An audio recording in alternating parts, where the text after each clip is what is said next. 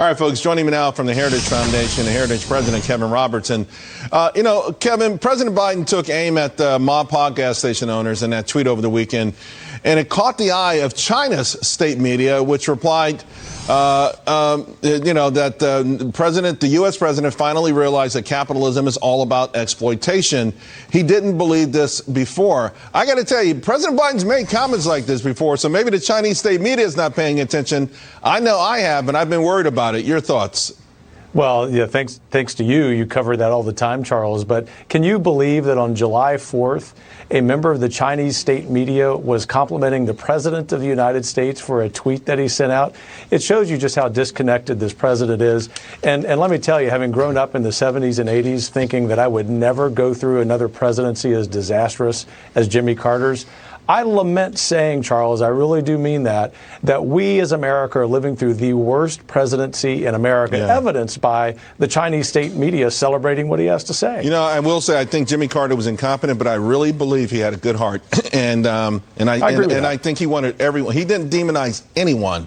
You know, every speech was about us, shared. It was never this person's bad, that person's bad.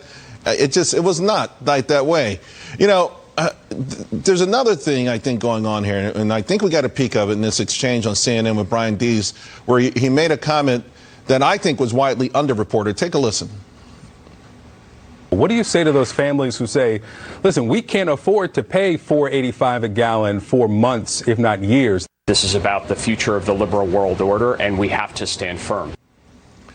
The liberal world order. I mean, that to me says it all. It's like, listen, you have to take this pain because we are going to fundamentally change this country.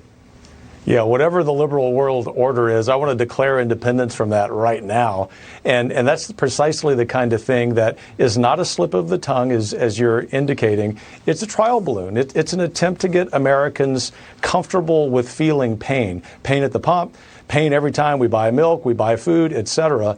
And what we need to do as Americans, in addition to all the great financial advice you and your guests give, is recognize we have to stay active. In the work that I do, Charles, I see a lot of discouragement. Now's the time to believe in America. We are a resilient people. We just need to get through this calendar year in the next election cycle, and then we can be proud to be Americans again. Would you say then the day after the 4th of July, the day after Independence Day, that we are still the united, underscoring United States of America?